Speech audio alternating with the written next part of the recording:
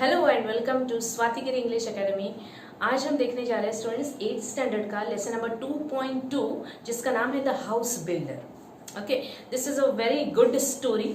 बहुत ही अच्छी स्टोरी है और लास्ट में ट्विस्ट भी है। ऐसी स्टोरीज हमेशा अच्छी लगती है ना, जो एक कॉमन एक जो फ्लो है स्टोरी का वो तो रहता ही है, but at last when we get something new, the twist जो होता है स्टोरी में, that is most exciting part. So here हम क्या देखने वाले हैं, ये स्टोरी में है एक मेसन है। ओके, मेसन मतलब जो काम करता है ना, जो कंस्ट्रक्शन साइट्स पे जो मेसन्स रहते हैं, वो आपने देखे होंगे बहुत सारे, जिनकी वजह से ही घर का बिल्डिंग का काम जो होता है ना वो पूरा होता है। तो वो जो मेसन है वो एक अपने जो वर्क के प्रति बहुत ज़्यादा डिवोटेड था। ही was very dedicated and devoted worker, devoted mason. ठीक है, अब बहुत सालों तक उसने ये अपना कंस्ट्रक्शन का काम कर लिया, बहुत सारी बिल्डिंग्स बना दी and at last he decided to retire. उसने सोचा कि बस अब बहुत हो गया, अब मैं बस रिटायर होना चाहता हूँ क्योंकि मैं थक गया हूँ। I want to play with my grandchildren. ठीक है, तो उसने सोचा कि मैं रिटायर हो जाता हूँ। देन अब उसका जो मालिक था, जो कॉन्ट्रैक्टर था, वो तो उसको मतलब बहुत ही अनविलिंग था उसको छोड़ने के लिए। क्यों? क्योंकि अभी तक उसने जो काम किए थे ये मेसन ने, वो इतने ब्यूटीफुली किए थे कि एक छोटी सी मिस्टेक भी उसमें हम नहीं ढूंढ पाते थे। इतना ज़्यादा अच्छा उसका काम था। अब ऐसे वर्कर को कौन जाने देगा ना हाथ से। लेकिन अभी ये बूढ़ा हो चुका है तो फिर कॉन्ट्रैक्टर थोड़ा सा मतलब बहुत ज़्यादा सैड हो जाता है। वो बोलता है कि ठीक है बाबा जाओ। तो कॉन्ट्रैक्टर है तो बोलता है ठीक है, लेकिन एक काम करते जाओ। He just asked him to construct the house, एक आखिरी का हाउस बना लो और फिर तुमने चले जाना। लेकिन ये मेसन का तो ध्यान रहता नहीं है वहाँ पे। वो बोलता है कि मुझे बहुत ज़्यादा बोर हो रहा है अब ये काम करना है। होता है ना स्टूडेंट्स के, जैसे हम एक ही काम बार बार कई दिनों तक, कई सालों तक करते जाते हैं। At last somewhere we want the peace, we want to stop somewhere, and likewise this mason also started feeling like so, and he wanted to take a rest now. लेकिन तो उसने क्या किया, अब ठीक है, अब मेरे मालिक ने कहा है तो ठीक है। ही constructed that house but unwillingly मतलब क्या, जिसमें उसका बिल्कुल जान ही नहीं है, काम करने की बिल्कुल भी इच्छा नहीं है। अभी तक उसने पूरा डेडिकेशन के साथ में, डिवोशन के साथ में काम किया था, इसलिए हर एक चीज उसकी बहुत ही अच्छी बनी। लेकिन आज उसका बिल्कुल भी मन नहीं है। तो एट लास्ट क्या होता है, what a surprise he gets, that we are going to see afterwards. Okay, so let us begin with this lesson. This is a story of a mason who worked for a building contractor. The mason always strove to do his work to perfection. अब एक mason की story है, जैसे हमने अभी बात की, जो बिल्डिंग कॉन्ट्रैक्टर के लिए काम करता था। Mason means what, one who builds with stone, bricks and cement. ठीक है, अब ये मेसन जो है ना वो strove means what, made great efforts, बहुत ज्यादा एफर्ट्स लगा के अपने कोई भी काम करता था। इट मस्ट बी परफेक्ट, ऐसा सोच के ही करता था वो कि मेरा कोई भी काम है वो परफेक्ट ही होना चाहिए। As soon as a house had been designed by the architect and details finalized by the engineer, the contractor would send for the mason and leave the responsibility of building the house to him. अब इसमें कितने कितने लोग शामिल है, let us see here. See, house was designed by an architect. Architect जो है वो पहले हाउस डिजाइन करता है, ठीक है। Then details finalised by the engineer. Engineer जो होते हैं ना वो डिटेल्स को फाइनलाइज करते हैं। ठीक है, ये सब छोटी छोटी बारीक बारीक चीजें जो रहती है, छोटी से छोटी smallest things, they just go through it and they at last they finalize that, and after that contractor gives the contractor send for the mason। तो कॉन्ट्रैक्टर ढूंढता है मेसन को और मेसन अपना काम करना शुरू कर जाता है। So these many characters are there to build one house. Okay, तो ये सब चीजें थी। Now the mason would then without wasting any time start his work. अब अपना मेसन जो है वो बहुत ही ज्यादा डेडिकेटेड है अपने काम की तरफ, तो बिना वक्त गवाए अपना काम शुरू कर देता था। He would take great interest in his work of building and do it with full dedication. इतना ज़्यादा इंटरेस्ट लेके वो अपना काम करता था, इतना ज़्यादा डेडिकेशन के साथ में करता था, that it happened to be the dedicated and perfect work.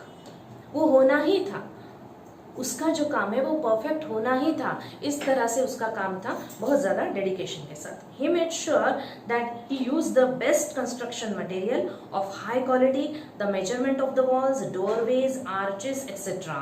अब वो हमेशा छोटी से छोटी चीज़ का बहुत ज़्यादा ख्याल रखता था कि वॉल्स ठीक से बनी है कि नहीं, कंस्ट्रक्शन के लिए जो मटेरियल आया है वो ठीक है कि नहीं, हाई क्वालिटी का है कि नहीं, हर एक चीज़ were perfect and he gave an excellent and appealing finish to whatever he built. वो जो भी कुछ बनाता था ना उसको एक appealing finish आता था. Appealing means what? Which is very attractive, which keeps you engaging over there. आप वहाँ पे बस बने रहिए और बस देखते रहिए हाउस को, इतना ज़्यादा खूबसूरत वो बनाता था house. The owners of the new houses built would be more than satisfied with the construction. बहुत ज़्यादा सेटिस्फाइड से भी ऊपर कुछ खुशी है तो वो होती थी अपने जो हाउस ओनर्स थे उनको. क्यों, किसकी वजह से? Because of this mason.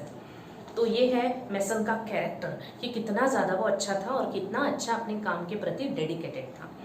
Because of the zeal, diligence, loyalty and persistence that he displayed in his work, the mason was in great demand and fetched good business to his contractor. अब ये यहाँ पे bold bold जो printed है ना words इसमें दिए हैं meanings. zeal means what? great enthusiasm and energy in one's efforts.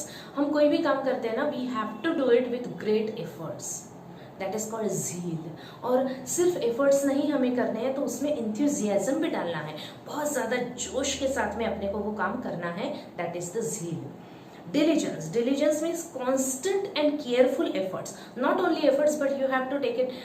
You have to take care also of that efforts. कि हम ठीक से कर रहे हैं कि नहीं, कि बस करते जा रहे हैं. That would be the bulwark. Okay? तो आप अगर कोई भी काम करते हैं ना with utmost care, that would be the diligence here. Loyalty मतलब ऑनेस्टी जो अपने काम के तरफ रहती थी उसकी मेसन की. That was the loyalty and persistence means continuous efforts. ऐसा नहीं कि बस आज कर लिया, 2 दिन नहीं किया, फिर परसों किया, फिर 3 दिन नहीं किया, फिर और 2 दिन किए, फिर 4 दिन नहीं किए. It was not like that. It was persistent, continuous efforts. तो ये सब चीज़ें अगर आप में होंगी तो आपको सक्सेस मिलने से कोई नहीं रोक सकता है. And likewise this mason also was in great demand because of this qualities. तो वो भी बहुत ज़्यादा डिमांड में था और बहुत ज़्यादा बिजनेस लाता था अपने ओनर के लिए, अपने कॉन्ट्रैक्टर के लिए. Subsequently, the contractor recompensated the mason handsomely with a very good salary. Recompensate means money given for work done. तो अब ये इतना अच्छा बिजनेस ला रहा है, इसकी वजह से सब लोग इसकी तरफ आ रहे हैं. इसकी तरफ आ रहे means what? Ultimately to the contractor, है ना. वो कॉन्ट्रैक्टर को ही फॉलो ये करेंगे, फाइंड आउट करेंगे कि हाँ ये कौन सा कॉन्ट्रैक्टर है जिसके जो घर है ना बहुत ज़्यादा अच्छे रहते हैं. फिर कॉन्ट्रैक्टर बोलेगा कि हाँ मेरे यहाँ पे बहुत घर अच्छे बनते हैं क्योंकि ये मेसन है. तो ये दोनों एक दूसरे से ना कोऑर्डिनेट करते हुए अपना बिजनेस कर रहे थे. तो इसलिए मेसन की जो सैलरी थी वो कॉन्ट्रैक्टर जो दे रहा था ना उसको salary, it was very good salary. Okay. He could meet the needs of his family sufficiently without any scarcity. तो मेसन जो है अब अच्छी सैलरी मिलेगी तो बहुत ही अच्छी तरीके से वो अपना घर भी संभाल रहा है और सब कुछ सभी की नीड्स पूरी कर रहा है without any scarcity. Scarcity means what? Shortage. अगर सैलरी कम मिल रही है तो फिर शॉर्टेज होता है मनी का, है ना. आपको फिर एडजस्ट करना पड़ता है. कुछ तो भी जैसे ये नहीं है, okay fine I will adjust with that. लेकिन यहाँ भी ऐसी चीज़ नहीं थी because he is getting handsome salary थी उसकी. तो विदाउट एनी शॉर्टेज वो सब कुछ संभाल रहा था. द मेसन दस continued working with great devotion for many years till he became a grandfather. अब बहुत सालों तक काम किया उसने, यंग एज से लेके अभी तक, जबकि वो ग्रैंडफादर नहीं बन जाता. Then he decided that it was time to retire and spend time playing with his grandchildren. अब उसने सोचा कि ठीक है अब मेरा जो आखिरी का जो समय है, अब बूढ़ा हो चुका है ना, तो अभी उससे काम भी नहीं होता था और अभी वो सोच रहा है कि अब मैं मेरे जो नाते पोते हैं ना उनके साथ में बस मैं खेलूँगा और बस मेरी ज़िंदगी ऐसे ही जाएगी. Being a firm-minded person, he informed his contractor of his decision to retire from house building. अब वो firm-minded था, उसका जो mind था वो कभी भी ऐसा, he was not a fickle-minded person. कि आज means he never get distracted from this way or that way. कि ठीक है आज उसने डिसाइड कर लिया कि मैं नहीं काम करूंगा, कल वो बोल रहा है कि ठीक है मैं कर लूंगा, फिर परसों कुछ अलग बोल रहा है. It was not like that. Firm मतलब फर्म. तो उसने सोच के रखा था कि बस अब मैं काम छोड़ूंगा तो definitely he is going to leave. The contractor was very disheartened to lose such an excellent workman. Disheartened means felt disappointed. अब ये कॉन्ट्रैक्टर को उसने बता दिया. जैसे ही कॉन्ट्रैक्टर बहुत ज़्यादा डिसअपॉइंट हो गया, बहुत सैड हो गया, बोला कि अरे क्या तुम जा रहे हो, and urged the mason to continue his job but to no avail. Urged means what? To persuade. Persuade means, persuade मतलब किसी को मनाना, किसी को इतनी रिक्वेस्ट करना कि वो मान जाए. तो इसने भी उसको परसुएड किया कॉन्ट्रैक्टर ने, मतलब सोचा कि मैं परसुएड करूँ, बहुत ज़्यादा परसुएड किया भी, बहुत एफर्ट्स भी दिए उसके लिए, but to no avail. No avail means of no use. लेकिन वो माना नहीं. हो सकता है उसने कुछ रीजंस बताए होंगे कि नहीं अब मुझे ना बहुत बोर आ रहा है, बस वही काम करना कंस्ट्रक्शन का, और बस मेरे हाथों से भी नहीं होता है ना, अब मैं ओल्ड हो गया हूँ, मुझसे अभी हो नहीं रहा है, अब मैं रेस्ट करना चाहता हूँ. What ever would be his reasons. तो ऐसा होता है स्टूडेंट्स की कभी कभी रीजंस दिए नहीं रहते हैं लेसन्स में, but you have to guess it. Obviously अब वो ग्रैंडफादर हो गया है तो he want the rest, he want to play with his grandchildren, है ना. तो हो सकता है कि वो इतना ज़्यादा अभी बूढ़ा है कि उसके हाथ भी शिवर कर रहे होंगे और वो बोर हो चुका होगा पूरे लाइफ टाइम की वो जो उसका काम है उसकी वजह से. It is not given here कि वो बोर हो रहा है कि क्या हो रहा है, but we can understand his feelings, right. तो उसका यूज़ नहीं हुआ. कॉन्ट्रैक्टर ने बहुत ज़्यादा उसको परसुएड करने की कोशिश की. Finally, the contractor convinced the mason to build one last house on a beautiful and convenient size as a special favor. फिर कॉन्ट्रैक्टर उसको बोलता है ठीक है बाबा जाओ तुम. एक्चुअली मैं बहुत सैड हूँ, मुझे बिल्कुल भी अच्छा नहीं लग रहा है क्योंकि तुम्हारा और मेरा बॉन्डिंग बहुत अच्छा था, हम लोग बहुत अच्छे से मिलजुल के काम कर रहे थे अभी तक, तो अब मेसन चले जाएगा तो इसको बिल्कुल अच्छा नहीं लगेगा.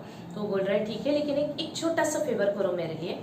अभी तक जो मैं तुम्हारा मालिक बन के काम कर रहा था ना, तो आज तुम मेरे लिए, सिर्फ मैं बोल रहा हूँ इसके लिए, एक अच्छा सा हाउस बना दो, ठीक है. Last the mason agreed to do so with great reluctance, not too happily either. Reluctance means unwillingness. बिल्कुल भी तैयार नहीं था वो, क्योंकि वो अपना बस दिल बना चुका था, मन बना चुका था कि मैं छोड़ने वाला हूँ अपना काम. अभी फिर से एक नया काम आ गया, वो भी अपने मालिक के बोलने पर, और जिसने मुझे इतना साथ दिया है पूरी ज़िंदगी भर, उसने मुझे अच्छी सैलरी वगैरह दी है, तो मुझे ठीक है उतना तो बनता ही है, ठीक है कर देता हूँ मैं एक काम उसका. तो he was very unwilling to do that, but he decided okay I will go with this work. The construction started. It was a most beautifully designed house to be built at a sought after location. Sought after means what? In demand. वो location इतनी ज़्यादा अच्छी थी और इतना अच्छा design किया हुआ वो जो ये जो हाउस जो था ना वो बहुत अच्छा ब्यूटीफुली डिज़ाइन किया हुआ था. Now the thing is that the mason had to construct it. That's it. बस अब मेसन का काम बचा था, बाकी बहुत साइड भी अच्छी थी, डिज़ाइन भी बहुत अच्छा था, सब इंजीनियर से अप्रूव्ड वगैरह सब कुछ हो गया था. Now the work is remain, it is left for the mason only. However, the mason could not put his mind and heart in his work. ये आ गया ट्विस्ट यहाँ पे. अभी तक मेसन ने बहुत अच्छी तरीके से फुल डेडिकेशन के साथ में पूरा अपना दिल जान लगा के काम किए थे पूरे अभी तक, पूरी जिंदगी भर, लेकिन आज वो बिल्कुल भी मन नहीं बना रहा है, वो हो ही नहीं रहा है उससे. Still he just going with that work. He did his work very रफली एंड केयरलेसली. आज तक का उसका सबसे बुरा ये हाउस था, क्योंकि उसने बहुत बस जैसे तैसे बनाना है, बस बनाना है इस तरह से, ये दिल में सोच के बनाया है उसने, केयरलेसली बनाया है, रफली बनाया है, without giving it a proper finish. It was not at all beautiful also, without interest and dedication. Even the building material used was of low quality, but he did not care. अभी तक वो बहुत loyalty से काम कर रहा था ना, हमने देखा है मेसन बहुत लॉयल था, बहुत हाई क्वालिटी का मटेरियल लाता था, लेकिन आज उसने जी हाउस के लिए बहुत ही लो क्वालिटी का घटिया किस्म का मटेरियल लाया, बिना डेडिकेशन के, बिना केयर किए, बस जैसे तैसे हाउस बना डाला. He simply wanted to complete the work in haste and finally retire. बस हेस्ट मतलब जल्दी जल्दी में जैसे तैसे उसने बना दिया, क्योंकि उसके अब रिटायर होना है, बिल्कुल भी काम नहीं करना है. The house was ready earlier than expected. वो जितना वो डेडिकेशन दे रहा था इसके पहले, तब उसका जो टाइम स्पैन था कि ठीक है मैंने आज बनाना शुरू किया तो इतने टाइम में वो हाउस कंप्लीट हो जाएगा, लेकिन आज का जो हाउस है ना वो बहुत ज़्यादा रफ है और केयरलेस तरीके से बनाया गया है, इसलिए वो एक्सपेक्टेशन के पहले ही पूरा हो गया, राइट क्योंकि उसमें कुछ भी नहीं है. वो हाउस बनाने के लिए ना मेहनत है, ना इंटरेस्ट है, ना डेडिकेशन है, ना ऑनेस्टी है, कुछ भी नहीं है. That is why the house was made before the expectation, before the tenure. Very roughly made structures, weak walls, poor finish and did not look as good at all as designed. Design जो बनाई थी house की उसके जितना खूबसूरत तो वो बिल्कुल भी नहीं लग रहा था, उल्टा लग रहा था, पूरा पुअर था, बहुत ज़्यादा पुअर था. मटेरियल भी पुअर था, वॉल्स भी पुअर थी और पूरा कंस्ट्रक्शन फेल था, रफ था. Yet the mason did not care. He informed the contractor that the house was ready and he was waiting to hand over its keys to him. अब बस उसने कुछ सोचा नहीं अपने मेसन ने, और कुछ ज़्यादा फिक्र भी नहीं कि ठीक है मैंने कहा था कि मुझे रिटायर होना है, लेकिन फिर भी ये ज़बरदस्ती मेरे ऊपर लादा गया हुआ वर्क है, इसलिए बस जैसे तैसे मैंने बना डाला. तो उसने कॉन्ट्रैक्टर को कन्वे किया मैसेज कि सर ये हो गया है पूरा, अब मैं वेट कर रहा हूँ आपका कि आपके हाथ में एक बार ये कीज़ दे दूँ और बस मैं चले जाऊँ यहाँ से. The contractor arrived at the site. He had a file of legal documents in his hand. अब कॉन्ट्रैक्टर आ गया वहाँ पे, उसके हाथ में ना file, legal documents means what, legal means connected with the law.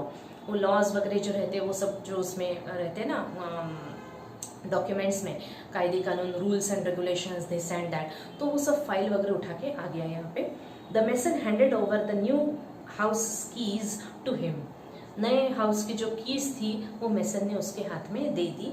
But the contractor did not step forward to enter the house to see it. आज तक कॉन्ट्रैक्टर का यही काम था कि एक बार कीज मिल गई तो अंदर जाओ, देखो पूरा हाउस कैसा है, क्या है, और उसको एडमायर करो, उसको प्रेज करो and again get out of that house. लेकिन आज उसने स्टेप भी नहीं रखा है अंदर. क्यों? Instead, with a broad smile, he handed over the file along with the house keys to the mason and said, beaming happy tone. Beaming means what? Smiling with great joy. अब क्या बोलता है कॉन्ट्रैक्टर? बहुत ज़्यादा खुश है. उसने अपने हाथ में की ली और फिर से वापस मेसन को दे दी और फाइल वगैरह उसके हाथ में दे दी. And what he says, these are the ownership documents of this new house in your name. The house is yours. I had planned it as gift for you. So students, this is the surprised thing over here. This is the amazement. This is what a twist in the story. क्या बोला उसने कि ये जो keys है ना, ये जो घर है ये तुम्हारा है, ये जो डॉक्यूमेंट्स है ये पूरे तुम्हारे हैं. अभी तक तुमने मेरे लिए जितना काम किया है, जितने अच्छे से किया है, इसका ये गिफ्ट है तुमको मेरी तरफ से. तो ये एक सरप्राइज गिफ्ट हो गया मेसन को इस घर का, जो घर उसने बहुत ही केयरलेसली बनाया है, जो बिल्कुल भी अच्छा नहीं था. So this was the twist of this story. So students, the story ends over here. लेकिन छोटी सी स्टोरी है, लेकिन हमें सीख यहाँ से बहुत ज़्यादा मिलती है कि हमें कुछ भी काम हो बहुत ज़्यादा डेडिकेशन के साथ में, हार्डवर्क के साथ में, ऑनेस्टी के साथ में, ज़ील एंड एंथुसियाज्म के साथ में करना है. Okay, so I stop over here and again I remind you, मैंने इसके पहले आपको बताया था कि हम सभी पूरे लेसन्स एंड पोएम्स होने के बाद में we are going to start with the exercises. जो पीछे एक्सरसाइज होते हैं ना वो और ग्रामर पार्ट देखने जाएंगे. We are going to start, we are going to learn with that grammar part and exercise after finishing all the poems and lessons of standard 8th. Okay, and after that we are going to start with the English speaking class also. Right. So अभी तक आपने अगर subscribe नहीं किया है, so please go and subscribe my channel. Thank you so much.